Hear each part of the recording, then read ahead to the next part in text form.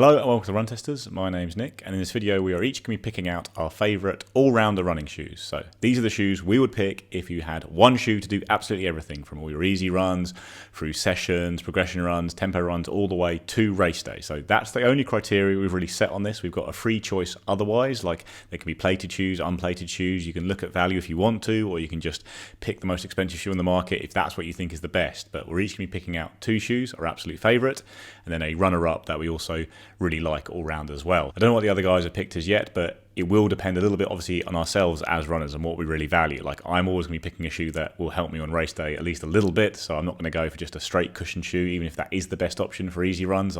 It's what about what you value most in your running when you're looking at an all-rounder. So for some people out there, the best all-rounder will actually be a nice comfy cushion shoe because that's going to do most of their running and that's the one they value the most. For other people it might be a super trainer that has a plate in it, or just a shoe that can do those fast runs. But whatever the criteria is, we'll each discuss them, what we're looking for, and then like I say, pick out our two favourite all-rounders to hopefully help you out if you are looking for that one shoe to do it all, or just a really versatile shoe to add to your rotation to hoover up a lot of different types of runs. So when we're talking about all-rounder shoes, we're talking about shoes that can do everything. So if you could only buy one pair of shoes and you were doing easy runs all the way up to a marathon race day, you're looking for one shoe that can do all of those things. Now, I don't think there's any perfect shoe for this.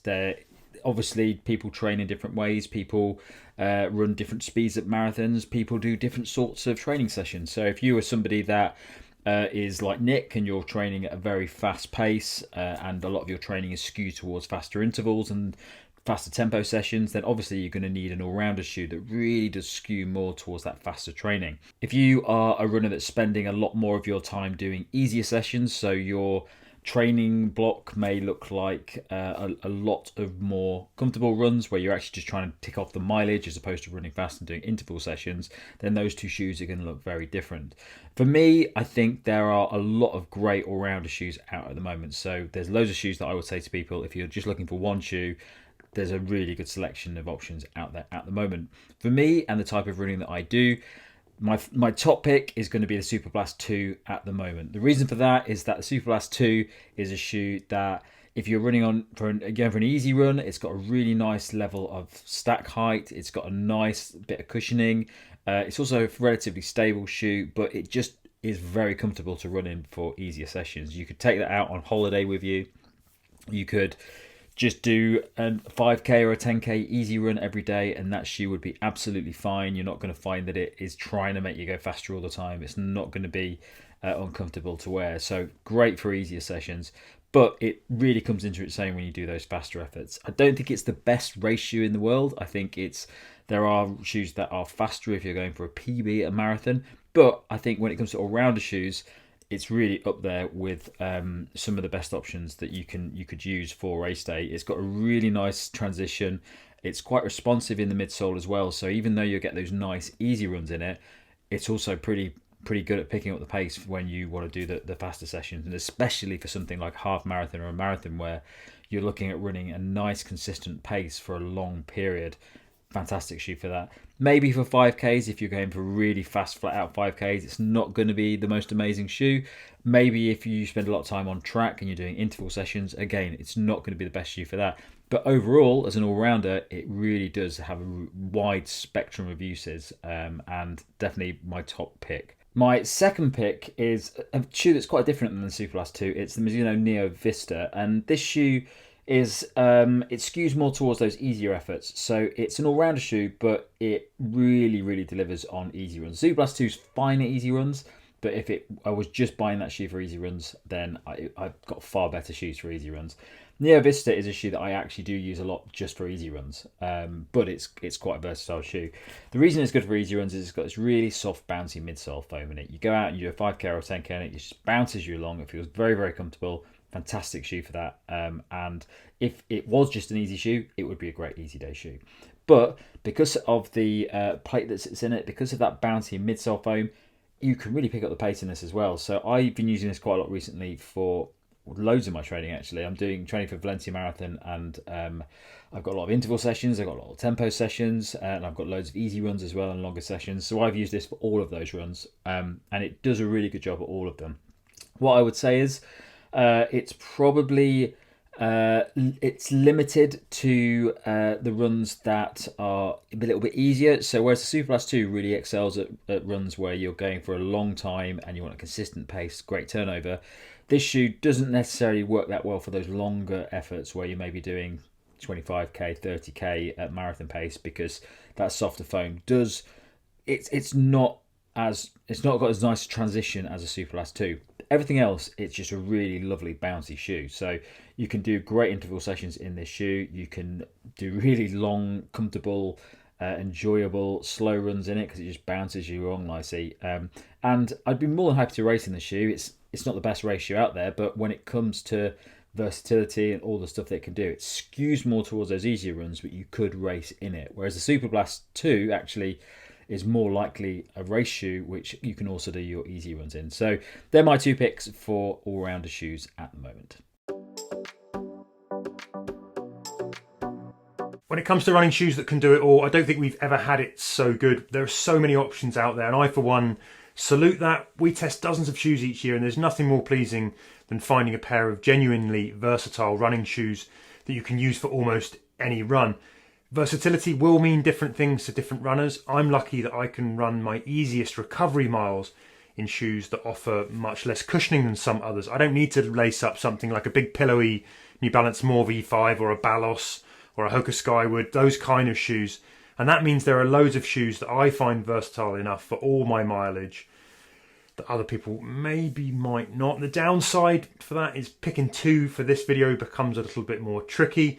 Now, shoes I had on the long list for this included the Asics Super Blast 2, the Nova Blast 4, the Nike Pegasus 41, the New Balance SC Trainer V3, the Hoka Mach X2, the Brooks Hyperion Max 2, the Hoka Max 6, the On Cloud Monster 2, or even the On Cloud Eclipse. I could go on. There are lots of shoes in this bracket that I can do all my miles in. But what all these have in common, I think, is the ability to cope across a wide range of paces and be able to cope also with a big range of distances. They also need to be instantly comfortable on the foot and hold that comfort over the long haul. This is the kind of shoe that I will end up using for most of my runs. So that also means big mileage durability, I find, is an essential here as well. The first shoe here for me is an absolute no-brainer. The Saucony Endorphin Speed 4 has it all. It's a genuine do-it-all all-rounder. I've done everything in this shoe. Easy miles, intervals, marathons. I've even run ultra distances. It offers lively cushioned ride that feels light and full of energy, I think without any harshness, without too much harshness or fussy business. The fit feels really natural. It feels immediately kind of disappearing on the foot, and that is a really good sign. Now, it has all the reliable comfort of a Ride 17, I think, but the propulsive ride that's more like an Endorphin Pro. There's not too much distance, I don't find, between those two shoes. And this is a shoe that you can rock back and cruise easily in, safe in the knowledge that you're nicely protected, but it's also built to perform when you kick up through the gears and want to go much faster. That's where the midsole, the rocker and the nylon plate kick in for an energetic and fun ride. Now, when you compare it to the Super Blast 2 or the New Balance SC Trainer V3, a couple of other super trainers out there, it's definitely a more direct shoe. There's more ground feel coming up from the Speed 4. And fans of bigger cushioning on slower runs, that bottom end of the pace, might find the Speed 4 a bit too harsh. But I love it even when I'm moving slow. I like to be encouraged to keep my turnover high, not to get lazy in softer, sinkier shoes. And it does just that. So if someone told me I was only allowed to buy one shoe to do all of my training and racing for a marathon, the Speed 4 would be very high on the shortlist. Given its versatility, I also think that for the price, it's good value too. I could have picked any number of shoes for my second choice, and I think the New Balance SC Trainer V3 would have been a strong contender if it wasn't for the crazy £230 UK price tag. The Hoka Mach X2 would have been up there too, but the only thing for me is I find the fit a little bit too race snug for the longer miles or time on feet. I love it up to the half marathon, but I wouldn't be confident in the comfort myself with my big wide feet over 2 hours. So the shoe I've actually chosen is the Asics Super Blast 2. The Asics Super Blast 2 is a bigger shoe than I'd normally go for. It's a whacking great beast, but since I've had it in for testing, I've logged close to 50 miles and done everything in it. That includes everything from short and fast to a solo cruising pace. Marathon distance, 4 hours on feet that was. And this is a shoe that delivers. It's surprisingly light for a whopping great shoe. You get big cushion comfort that's soft but not too soggy. It's got a nice roomy toe box. There's balanced heel collar padding which adds to that comfort for the long haul. There's good leg sparing energy from the bouncy but controlled midsole. For me, it's perhaps lacking a bit at my top paces. There are shoes that would be better for the all out fastest intervals, and it can feel a little soggy at my very, very slowest pace. But I'm talking about the outer limits in both of those cases. And where this shoe really excels, I think, is kind of cruising, that marathon pace that I talked about there, and either side of that. And for that reason, it covers the majority of my runs. Now, not all runners would want to race a marathon in this shoe for sure, but I think many runners could, safe in the knowledge that it will feed back the energy that you put in, and crucially, it will look after you if everything goes wrong.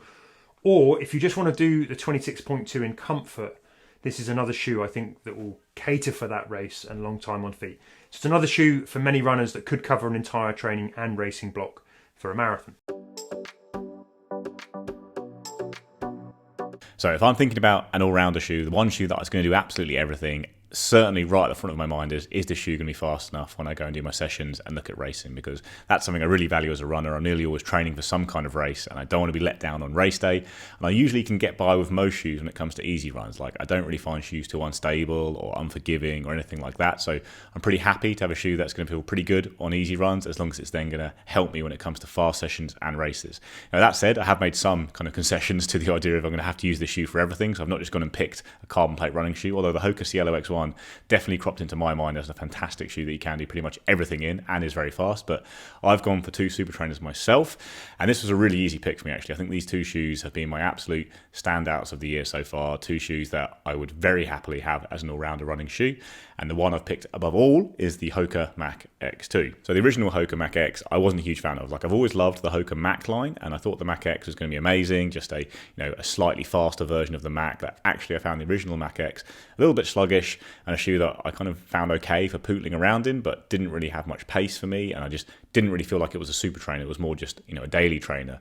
The Mach X2 is very much a super trainer. It's got more PIBA foam underfoot. It's got a really high stack height. You've got that P-bax plate in there to add that propulsive feeling without it being a full carbon plate, to be that little bit more stiff and all that kind of thing. And you just got a ride that I really enjoyed for everything. Like, it's really fast. It certainly can sub in for a carbon shoe in sessions. It does have the feeling of a full super shoe at times when you are doing those hard sessions. And I've done a lot of really hard training in this shoe, just tough tempo workouts, tough workouts at the track, and it's always come up trumps. And I also find it really comfortable just for easy runs as well. So first time I really used the Mach X2 was on a holiday where I just did lots of different types of runs in it, and yeah, really enjoyed it for everything. Only concern I really have with it is the upper, which has been okay for me. So I've heel locked it. This heel design can rub people the wrong way, but it's not actually a problem I've really had with the shoe. And if you don't have that problem, then I think it's pretty much perfect in every other way. So yeah, I was pretty happy with it all round. So the only other problem with it that hasn't occurred to me until this exact moment when we're doing this all-rounder videos, if I am going to use this for everything, including races, am I bothered by the fact it is above the legal limit for race shoes? Because the stack is over 40 millimeters at the heel. Those rules are mainly for elites. They are rules I tend to stick by, but given this is a shoe that's offering, I'd say, less of a performance boost than an actual carbon shoe under 40 millimeters, I think it'll be okay. So yeah, the Hoka Mach X2 is my top pick for the best all-rounder on the market. And then my runner-up is the Saucony Endorphin Speed 4, the shoe that would have won this title for sure in pretty much every year leading up to now since the original Endorphin Speed launched. I love the Endorphin Speed line. I still really love the Endorphin Speed 4. I love it as much as previous models. I know some people have started to really go off the shoe and found it not as fast and as fun as previous versions, but I still really like it. I think it's delivering the same speed I expect from it. I've done really hard workouts in this shoe, and again, like the Mach X2, it does perform in a similar way to a carbon shoe for me, and I find it really comfortable for easy runs. I think it does have an edge on the Hoka when it comes to those more relaxed runs. You've got a slightly more padded upper, you've got a very kind of cushy design at the back there. That's where I think the softest area of the foam is on the shoe at the heel, and as a heel striker I enjoy cruising around in the shoe because of that. And then, like I say, it does deliver when it comes to the faster end of things. You've got the PIBA midsole, P-bax plate.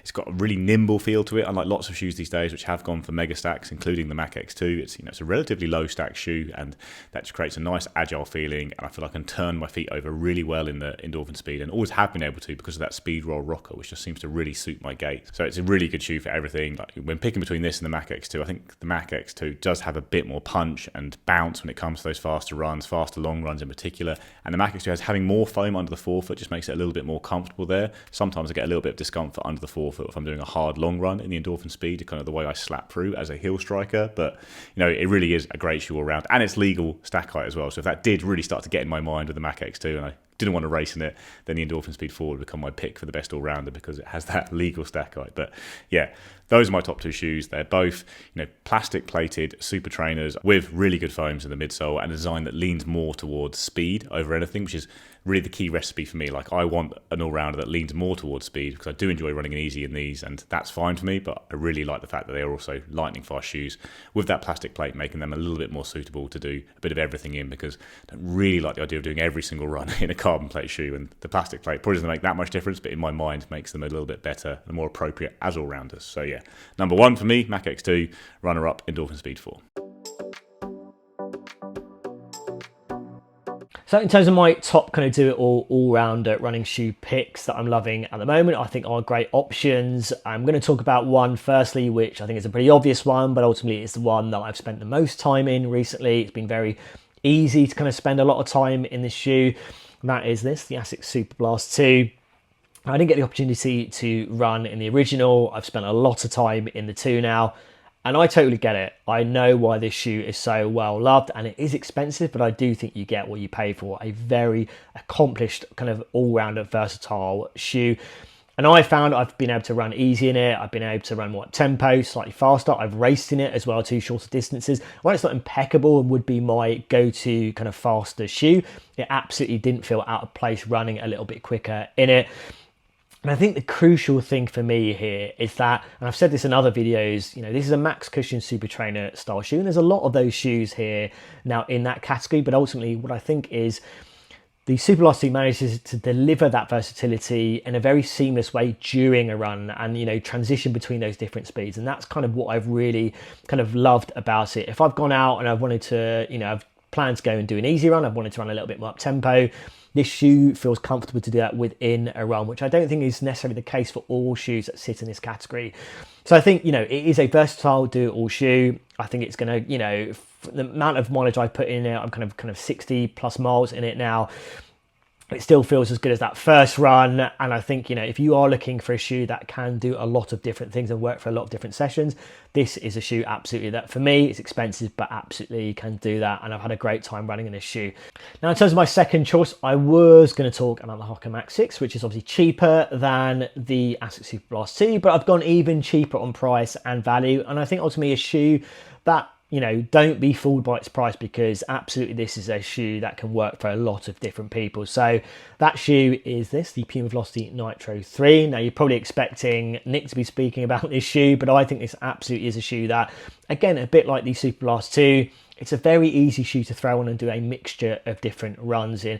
It maybe isn't as versatile as the Super Blast 2, particularly those kind of slightly faster paces, but from kind of slow, easy, kind of up tempo paces, it does work very well for me. A lot of that is down to that nitro foam and just being a right mix of being slightly plush but not too plush, slightly firmer as well too, and just giving you that experience that just feels nice to kind of roll through those different paces. I think the other thing for me as well too is, I'm sure it applies to a lot of people, you're not just going to be running on roads and pavements. Puma makes some of the best outsole that you can find on a running shoe. The Puma Grip outsole here means this is a shoe that you can go off-road in as well too. And there's a good amount of rubber here to make sure you're going to get good durability, and it's going to hold well as well too when it is kind of slightly wetter kind of running conditions as well. I think this is a shoe that's going to work for a lot of different people. It's going to be a shoe that, whether you're at the beginning of your running journey, whether you're a little bit more advanced on that, it's going to be a shoe that can handle a lot of your kind of daily mileage. And as I said, has that versatility as well there too. And yeah, as I said, it's a shoe that, every time I put on, I never really regret putting it on because it just works. And a bit like the Super Blast 2, it can really transition very nicely between those different paces as well. So yeah, that second pick for me is the Puma Velocity Nitro 3.